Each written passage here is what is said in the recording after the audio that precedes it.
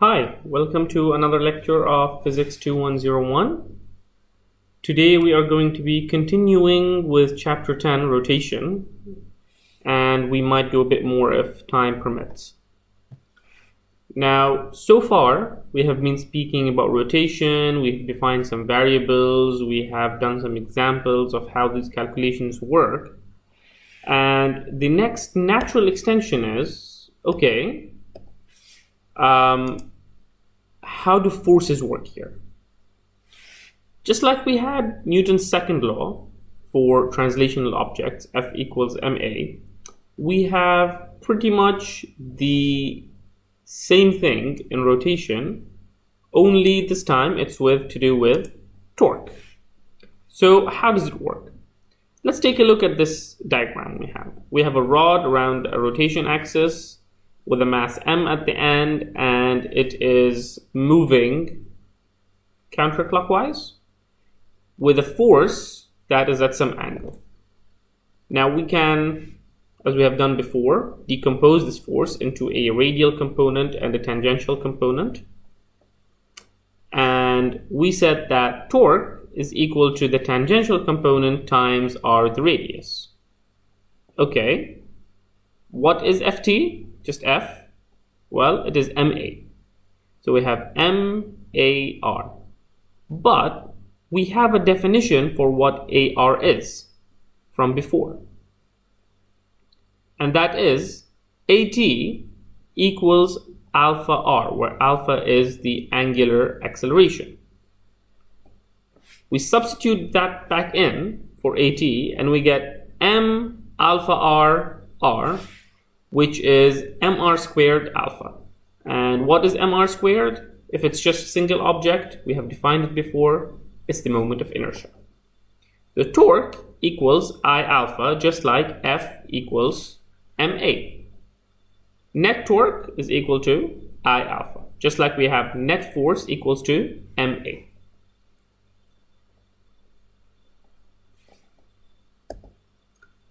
Now, your book has a really good problem to demonstrate how to use this, and it is sample problem 10.09.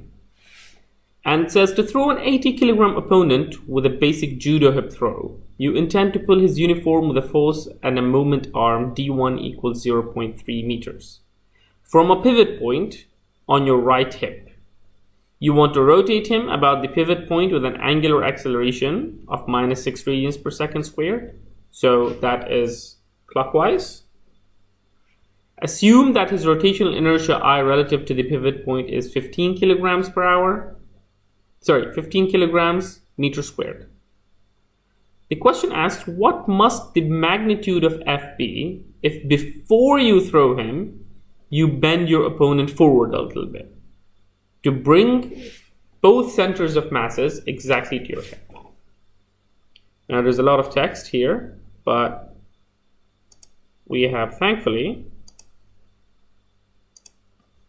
done it here. So this is what it looks like. You bring that person a little bit closer, and if you can see here, your red dot and black dot, so both centers of masses are on top of each other. This is your force direction, this is your pivot, so this is your moment arm, and the other force that is acting here is Fg downwards. So let's write it down. D equals this, I equals this, alpha is equal to this. We want F. Well, we know net torque is equal to I alpha, and we know also that torque equals R cross F, or R perpendicular F. Well, if we equate the two, we have D1F equals I alpha. We substitute and we see that we need to pull with about a force of 300 newtons. Okay. Now, the question then says, what must the magnitude of F be if your opponent remains upright before you throw him? So without this bit of a slouch. So now your Fg actually has a moment arm of D2 equals 0.12 meters. Now what happens is, now you have one force which is pulling you in this direction, torque in this direction, But you have another force, gravity, where R is now no longer 0. So it also has a torque in the opposite direction. Let's see. Exact same way, but now we have two torques. We have minus d1f, because it's in that direction, clockwise, and we have plus d2mg, because it's counterclockwise, equal to I alpha. Now if we substitute, we see 610 newtons. That is double the initial value that we had. So even a small change in the centers of masses will cause a big difference. Let's look at a PIQ. We have a mass that hangs from the end of a horizontal bar, which pivots about an axis passing through its center, but it is being held stationary. Now, as soon as we take our hands off, the bar is released and begins to rotate. Now, as the bar rotates from the horizontal position to the vertical position, or actually it was like this and it becomes like this, okay, what is the magnitude of the torque of the bar? Does the torque increase, does it decrease, or does it remain constant? And the second bit says, as the bar rotates from horizontal to vertical,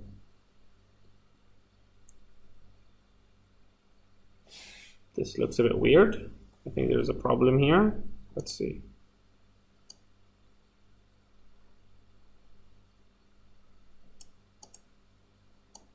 Let's fix this. There we go. This needs to be... Okay. I'm unable to fix it. But basically these are the options for both of them. So as the bar rotates from horizontal to vertical, what happens to the magnitude of the torque? And what happens to the magnitude of the angular acceleration? Do they decrease, increase, remain constant? I'll let it be on the screen for a bit. Remember, look at the force and at the radius to get the torque. Okay, let's look at another sample problem in your book. 10.10. You have a figure that shows a uniform disk with a mass of 2.5 kg and a radius of 0.2 meters, mounted on a fixed horizontal axle with a block of mass 1.2 kilograms that hangs from a massless cord. We want to see what is the acceleration of the falling block. We want to know what is the angular acceleration of the disk, and we want to know what is the tension in the cord. We assume the cord does not slip and that there is no friction in the axle. Well, moment of inertia of a disk we know from before is half mr squared. We want to know T, A, and alpha. Let's draw a free body diagram. For the mass, we have mg down and tension up. So we know that T minus mg is equal to our ma, whatever A is. We have chosen, since we have chosen g to be minus g downwards, so since this thing is going down, we also write minus A. Now we look at the axle itself. We have a center point, we have a radius, and the tension is at a certain distance from the center of rotation, which means there's a torque there. And we know that torque equals to I alpha. So we know minus RT, because it's clockwise, is equal to I alpha. I is half mr squared and minus alpha, again because it's going clockwise. Now we have two equations with just as many unknowns. We can say that T equals half ma, and we can find the acceleration to be g 2m plus 2m over m plus 2m. We can find alpha to be equal to a over r, and we can substitute the values to see what they are. I'll leave the substitution exercise to you. Let's look at another PIQ. Mass hanging from a string around a pulley. I'll leave it on the screen for a bit for you to take a look.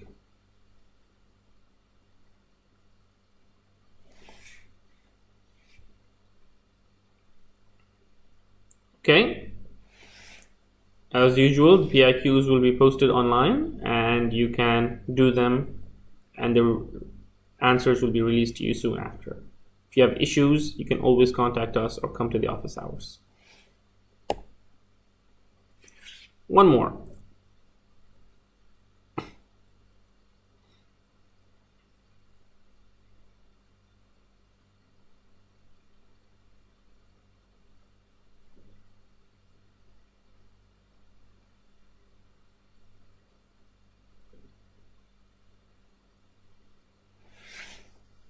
Okay.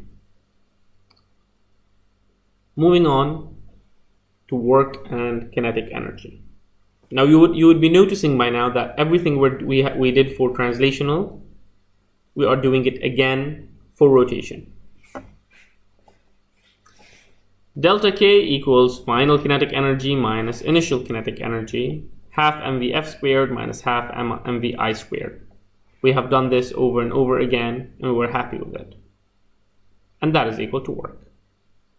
Fine. Now, what about rotation? As we have said before, we'll use the exact same equations, but substitute the translational variables with those that are rotational.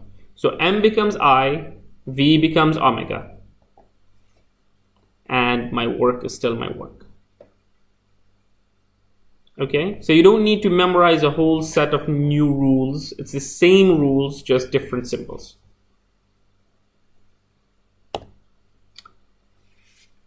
Now, if we have a sphere, a hoop, and a cylinder, all with the same mass and same radius r, and they are rolling along, all with the same speed v, which one would have the most kinetic energy? Remember, same v means if they have the same radius, then same omega, but their eyes are different.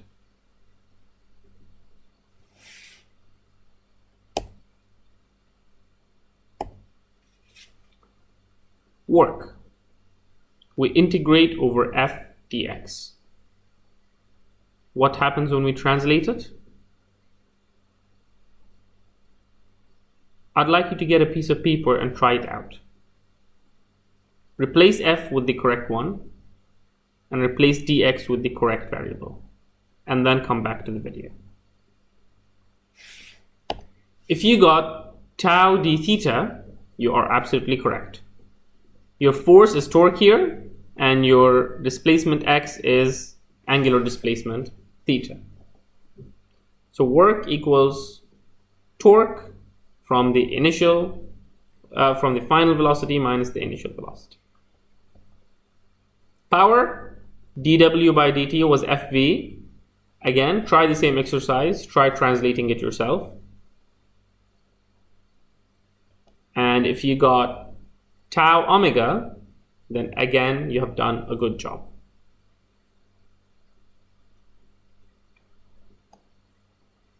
With that, we come to the end of chapter 10. And since we still have some time, we're going to move along with bits and bobs of chapter 11. Rolling, torque, and angular momentum.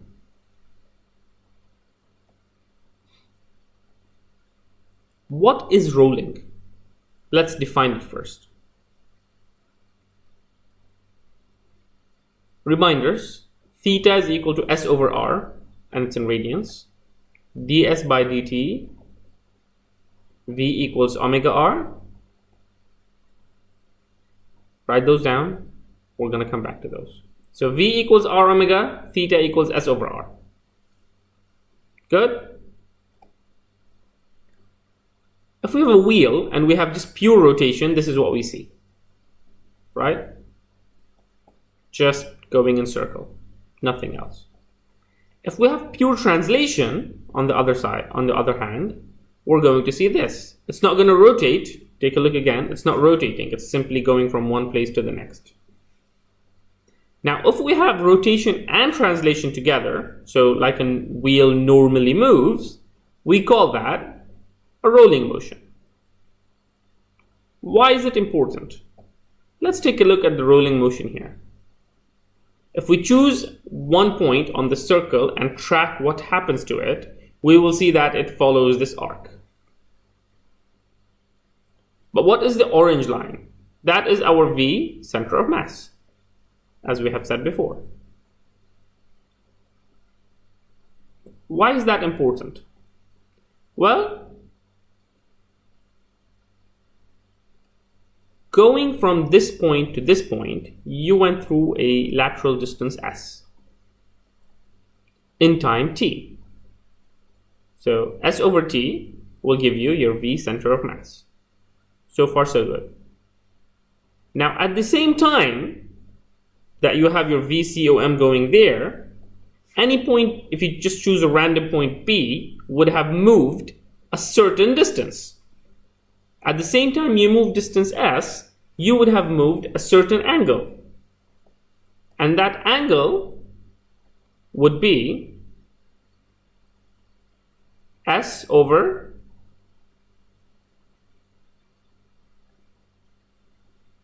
R.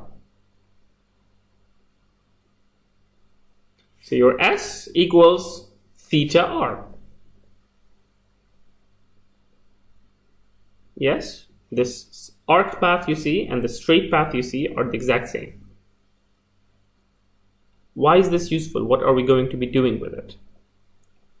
Well, we start linking the two chapters we have been doing on translation rotation together. Vcom equals omega R. S equals theta R. If we have pure rotation and pure translation, and we add them all up, we get rolling motion, where at the center we have Vcom, that's moving like that, and at the edges we can treat it as if V equals 2 Vcom at the top. At the bottom though, your wheel is going this way, but the rotation is going in the opposite direction. Plus Vcom minus Vcom is equal to 0. What does that mean in application wise? How is it useful at all? Here is a really fancy camera. What do we do with it?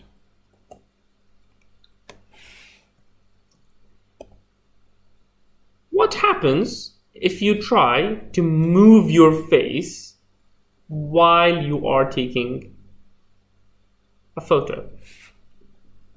Well, we get a really, really blurry photo, you would say. Okay.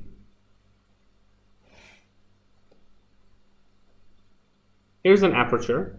This is how a camera works. The aperture opens, takes a photo, and closes. Now, usually this happens at a fraction of a second. If you're into photography, you would know it's 1/60, 1/80, 1/200, 1/500 of a second. It's called a shutter speed.